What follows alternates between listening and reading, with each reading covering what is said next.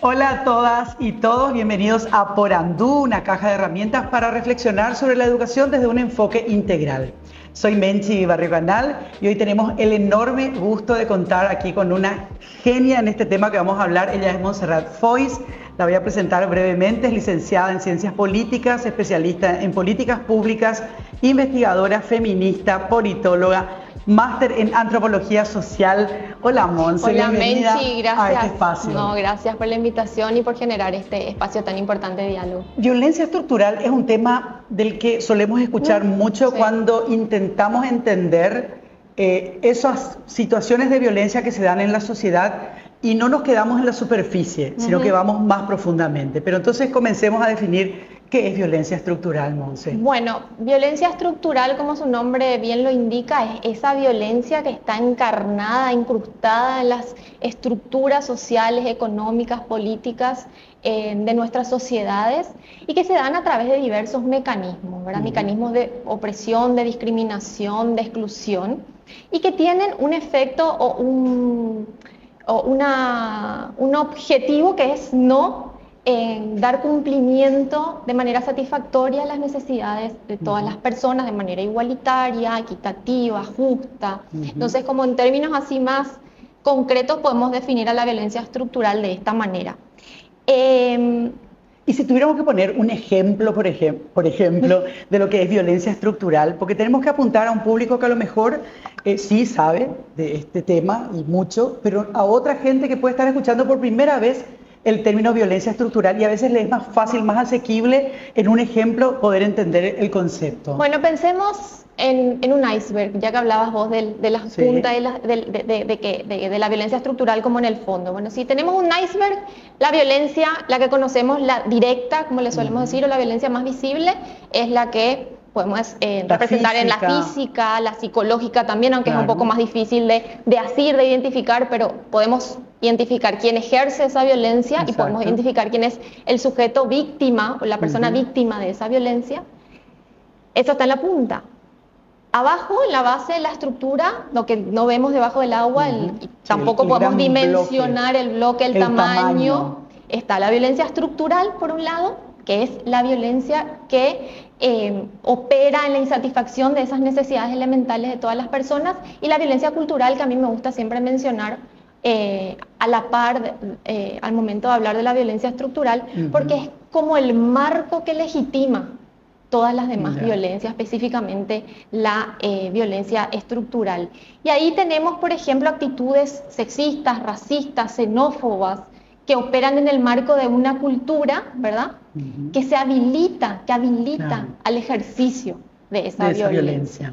Entonces, si tenemos que identificar una violencia estructural, podemos pensar en las brechas salariales, por ejemplo, mujeres y varones que ocupando el mismo puesto, haciendo las mismas tareas, cobran 15% menos, por ejemplo, ¿verdad? O en el caso de una violencia estructural de género, pero también podemos ver violencias económicas. O sea, una cuestión tan azarosa como el lugar donde vivimos, donde nacimos, condicionan, nos limitan las posibilidades que tenemos a futuro, en el presente y en el futuro, ¿verdad? Por ejemplo, una persona que nace en un ambiente de extrema pobreza, ¿verdad? Obviamente podría eventualmente, si existieran políticas públicas que apuntaran realmente a poder sacar a esa persona de esa situación, podría, digamos, salir y tener una vida distinta a esa donde le tocó nacer, porque es una cuestión de azar. De azar, totalmente. ¿Verdad? Ahí tenemos, por ejemplo, algunos datos interesantes que nos proporciona el INE, ¿verdad? El Instituto Nacional de Estadísticas. Vemos que en promedio, los años de estudios, en promedio la población general es de casi 10 años, 9.9. Pero si pensamos eso en poblaciones indígenas, se reduce a 4.3 años. 4.3. Sí. Entonces, la violencia estructural opera de esta manera, silenciosa, aparentemente, y lo más terrible para mí es que está naturalizada, ¿verdad? Porque parecen que hay después argumentos o estrategias narrativas, operaciones ideológicas narrativas que empiezan a decir, bueno, y pasa que los indígenas o las indígenas no se esfuerzan lo suficiente o no trabajan lo necesario para alcanzar eso, pero resulta que hay condiciones estructurales o desigualdades estructurales que hacen que esas personas, por más que se esfuercen, por más de que trabajen de sol a sol, nunca puedan cumplir o llegar a alcanzar esos niveles de desarrollo personal, profesional, ¿verdad? Económico. Cuando hablabas de esto, estaba sonriendo porque me acordé de la famosa frase, si querés podés, ¿verdad? Y esa es una frase que a mí me irrita mucho. A mí me irrita sobremanera, sí. ¿Verdad? Y realmente qué buena ocasión para hablar de esa frase. ¿Por qué esa frase nos irrita a las personas que justamente observamos esa violencia estructural que no va a cambiar con la mera voluntad de la persona? Y ahí hay una autora que últimamente viene mucho a mi memoria y que están en mis trabajos, y es Lauren Berland. Ella es una autora teórica cultural y habla del optimismo cruel. ¿Y cómo? Optimismo cruel. Entonces, ella usa eso para referirse a estas ideas fantasiosas de progreso que le vendemos a la gente. Le venden a la gente, no me incluyo. Que le venden a la... No nos incluimos. Definitivamente, que le venden con las ideas de que el empoderamiento, que con mucho esfuerzo, con mucho sacrificio, que las cuñas guapas que son fantásticas, que venden ahí de manera comprometida sus productos y salen todos los días a la misma hora y vuelven a la misma hora y no hay descanso, van a llegar a alcanzar niveles de bienestar o de crecimiento económico que no lo van a hacer.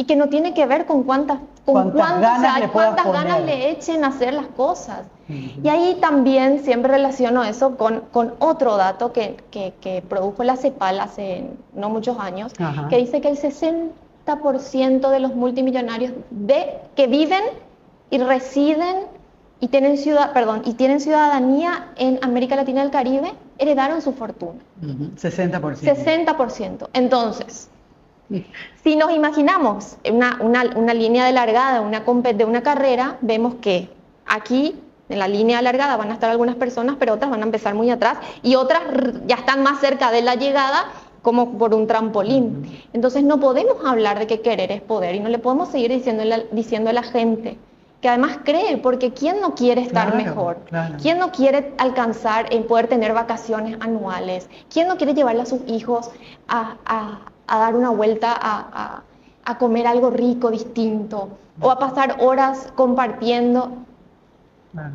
No lo van a poder hacer. Y además Monse, es muy cruel ver cómo personas que al haber nacido en un contexto de extrema pobreza, por ejemplo, ¿verdad? En la generalidad de los casos, no ha podido avanzar más allá ante la carencia y la ausencia de políticas públicas, porque no han tenido estimulación temprana, nutrición adecuada, contención, protección, afecto, ¿verdad?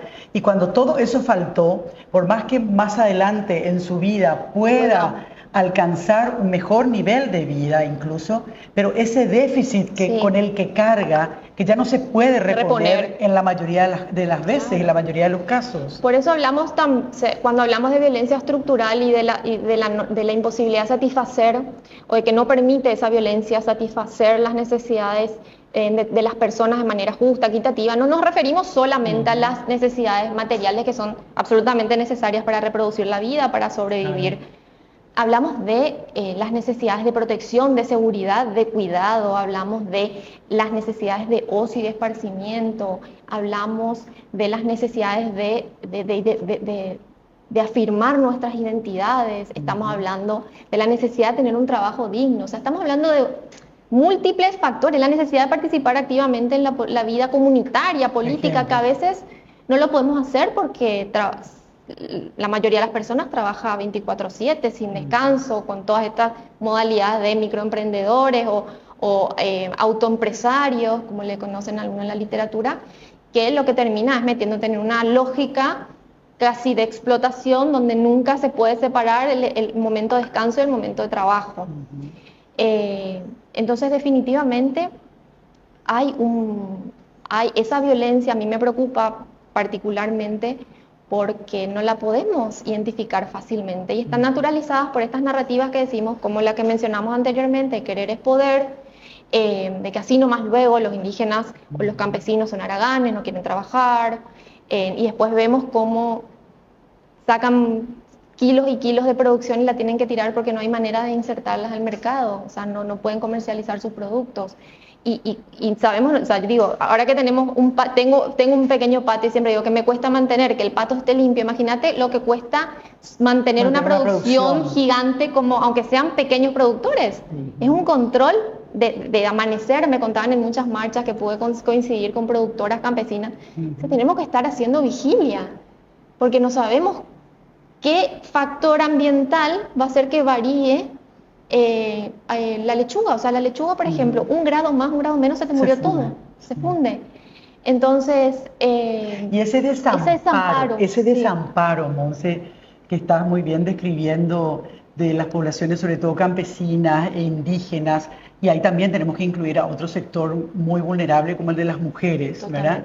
Sí. Ese desamparo debe ser realmente agotador, ¿verdad? En todo sentido agotador, porque es como que vos no ves que efectivamente y solamente con políticas públicas, este es un término que va a aparecer repetidamente, pero es la única manera de ir eliminando esa violencia estructural. O sea, de otro modo es prácticamente imposible. Y aquellas personas que sí están en esas situaciones de alta vulnerabilidad, pero que son capaces de darse cuenta de lo víctimas que son por culpa del sistema, debe ser todavía más terrible, ¿verdad?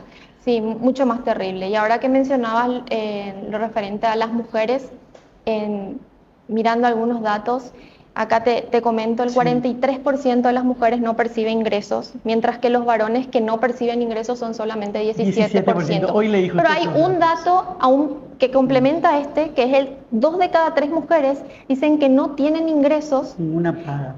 Señalan que es por dedicarse a tareas de cuidado en el hogar. Esa es otra violencia estructural. Claro, porque el trabajo no está remunerado y tampoco está socialmente reconocido, por ende no está económicamente reconocido, y es un trabajo que sostiene, si vamos a hablar en términos económicos, la fuerza laboral.